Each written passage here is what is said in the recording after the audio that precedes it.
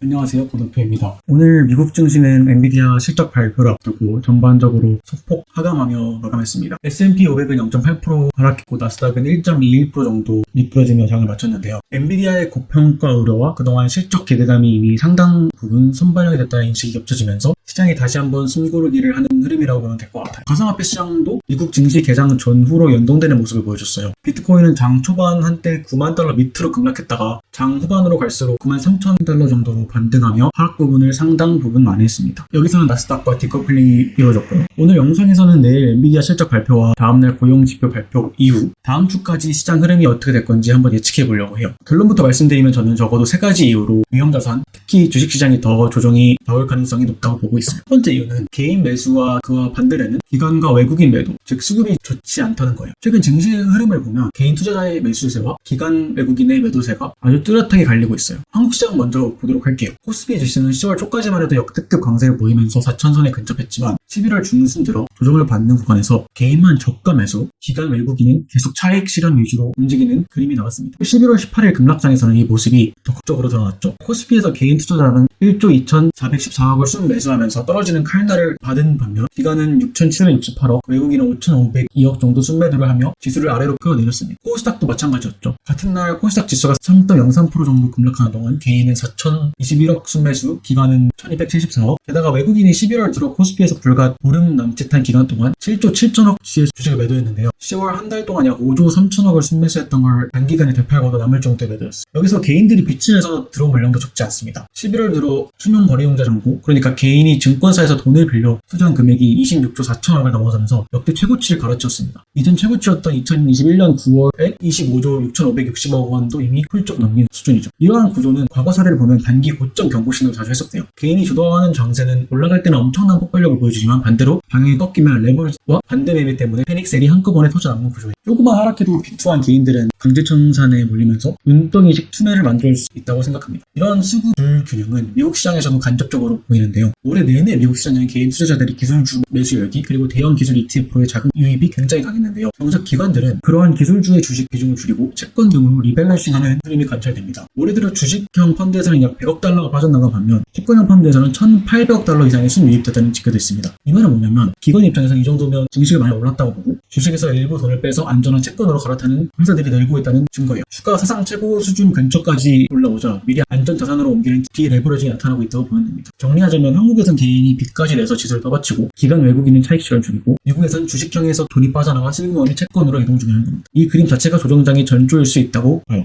두 번째 이유로는 투자 심리와 유동성이 떨어지고 있다는 점이에요. 즉 돈의 숨이 좀 차고 있다. 앞서 말했듯 채권 시장의 매력도가 높아지면서 주식시장으로 들어오던 돈의 일부가 채권으로 빠져나가고 있어요. 현재 미국 투자 등급 회사채 스프레드는 80bp 수준으로 1998년 이후 가장 타이트한 수준에 근접해 있습니다. 이는 우량 회사채의 투자 수요가 몰려 금리가 많이 낮아졌다는 뜻이고 한마디로 당분간 주식보다 안정적인 채권에 돈을 두겠다는 심리가 강해졌다는 의미입니다. 메타, 아마존, 알파벳 같은 미국 빅테크 기업들도 이러한 투자자들의 채권 선호를 10분 활용하고 있어요. 채권을 찍어도 잘 팔리니까 높은 금리로 회사채를 대거 발행해서 자금을 조달하고 있는 거죠. 그런데 이렇게 돈이 채권 시장으로 분산되다 보니 정작 주가를 떠받쳐줄 새로운 매수세는 예전만은 못한 상황입니다. 글로벌 거시환 경우도 투자 심리를 어렵게 만든 요소들이 있어요. 최근에는 일본발 진급 가능성이 자꾸 거론되고 있는데 일본 국채 금리가 급등하면서 전 세계 채권 시장이 파장을 주고 있습니다. 일본 은행은 초완화 정책을 조금씩 정상화하고 있고 시장에서는 내년에도 추가 금리 인상이 있을 거란 전망이 많습니다. 실제로 일본 10년물 국채 금리는 1.75%까지 올라 2007년 이후 최고치를 기록했고 초장기물인 40년물 국채 금리는 3.68%를 찍으며 사상 최고 수준까지 치솟았습니다. 여기서 나오는 문제는 지긋지긋하실 수도 있지만 인기리 트레이드의 청산만성입니다. 그동안 초저금리 엔화로 싸게 돈을 빌려 해외 자산에 투자하던 일본 투자자들이 이제 자국 금리가 오르자 자금을 일본으로 다시 돌리는 움직임을 보이고 있습니다. 즉 일본 금리가 상승함에 따라 엔키리 자금이 철수하고 글로벌 증시 변동성 확대량의 악순환의 가능성이 열려있다는 점이에요. 마지막으로 또 다른 장목 요인은 그림자 금융이라 불리는 프라이빗 크레딧, 즉 사모펀드 대출 시장의 거품 가능성이 계속 나오고 있다는 점이에요. 은행 대출이 줄어든 틈을 타 급성장해온 사모신용 시장에서는 최근 부실지구와 파산 사례들이 조금씩 늘고 있고 시장 규모가 너무나 커진 탓에 이쪽에서 문제가 터지면 금융시장 전반에 충격을 줄 수 있다는 우려가 나옵니다. 일각에서는 이미 일부 기업 파산이 나오고 있고 AI 설비 투자 붐에 들어간 상당 부분이 이쪽으로 나갔기 때문에 연쇄 충격이 올 수도 있다는 지적도 있습니다. 아직 완전히 수면 위로 떠오를 리스크는 아니지만 이머징 마켓 부도진거나 회사채 대출 대출 시장의 경색 같은 신호가 하나 둘씩 쌓이면 투자 심리가 한 번에 얼어붙을 수 있는 구간이라고 생각합니다. 정리해보면 시장은 전반적으로 유동성 숨이 가쁘고 투자 심리도 꽤 불안정한 상태입니다. 예전처럼 넘치는 유동성이 자산 가격을 쉽게 들어올리기 어려운 환경이라는 거예요. 이러한 상황에서 어떤 트리거, 충격이 나오느냐에 따라 시장 반응이 크게 갈릴 수 있어요. 만약 그 트리거가 엔비디아 실적 실망이나 유명인의 매도, 공매도 같은 뉴스라면 이런 구조적인 붕괴하기보다는 단기 실망감에 가깝기 때문에 하락이 어느 정도 제한될 수 있어요. 반대로 엔캐리 트레이드, 사목 채권 부실, 중소은행 파산같이 연준이 다시 개입해야 할 만한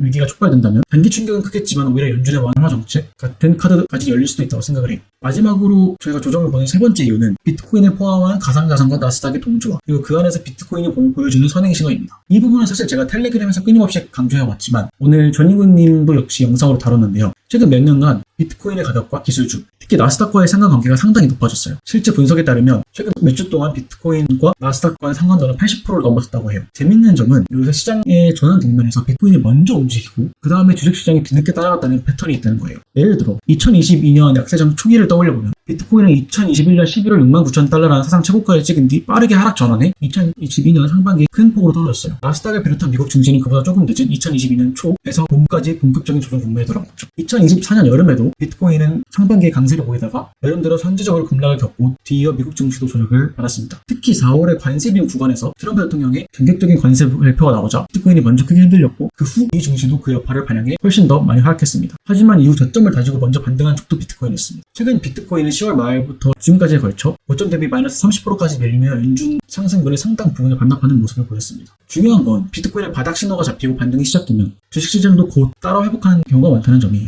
결국 여기서 크립토 나스닥은 이제 때려야 뗄 수 없는 사이클로 묶여있고 둘 다 유동성 환경에 민감하다는 점을 보여줘요. 미 연준의 정책 변화 기대, AI 버블 논란, 규제 리스크와 같은 것들이 두 시장을 동시에 흔들고 있고 AI 평가 오류로 비트코인이 같이 빠진 현상이 관찰되고 있는 상황이에요. 그래서 증시 방향을 가늠하려면 비트코인의 움직임을 유심히 볼 필요가 있어요. 만약 비트코인이 이번 주 안에 선제적으로 바닥을 다지고 안정되는 모습을 보인다면 주식시장에도 투심 안정 신호가 될 수 있어요. 전반적인 판단으로는 향후 1, 2주 내에 미국 증시가 비트코인을 따라 추가 조정을 거칠 가능성이 높습니다. 다만 조정 이후의 전개는 어떤 요인의 트리거가 되느냐에 따라 크게 달라질 수 있어요. 첫 번째 시나리오로 실적 실망과 차익 실현 위주 조정이 나온다면 저는 이미 들고 있는 포지션 외에는 굳이 추가 매수하지 않을 상황입니다. 새로운 유동성 공급이나 정책 변화 없이 단순히 밸류에이션 부담으로 조금 조정이 나오는 구간이면 떨어지는 칼날을 굳이 잡기보다는 현재 보유하고 있는 종목의 펀더멘털을 참고하면서 전망하는 게 낫다고 생각해요. 하지만 앞서 말했듯 유동성 이벤트를 동반한 조정이 일어난다면 연준이 금리 인하를 앞당기거나 양적 완화 같은 카드를 다시 꺼낼 수 있다고 생각해요. 중장기적으로 보면 AI와 디지털 자산 분야는 미국 정부가 전략적으로 키우려고 하는 핵심 섹터입니다. 그래서 만약 조정이 온다면 포트폴리오 비중을 더 늘리고 싶은 섹터 역시 AI와 가상화폐입니다. AI 쪽에서 저는 약 20불부터 보고 있던 팔란티어와 구글 핵심 보유 종목으로 가져갈 것 같고요. 주식시장에서는 갤럭시 디지털, 서클, 로빈후드 같은 플레이어를 관심 있게 보고 있고 코인 자체로는 하이퍼리퀴드, BNB, 아스터 같은 꾸준히 매출을 낼 수 있는 거래소 코인들을 매수하려고 합니다. 향후 2주 정도 실적 이벤트와 고용지표 발표를 소화하면서 변동성이 큰 구간이 이어질 수 있어요. 투자자분들은 단기 과열에 따른 조정 국면을 차분하게 받아들이고 방금 말씀드린 시나리오별로 제가 어떠한 상황에서 어떻게 행동할 수 있는지 미리 정리해 두시는 게 매우 중요하다고 생각합니다. 감사합니다.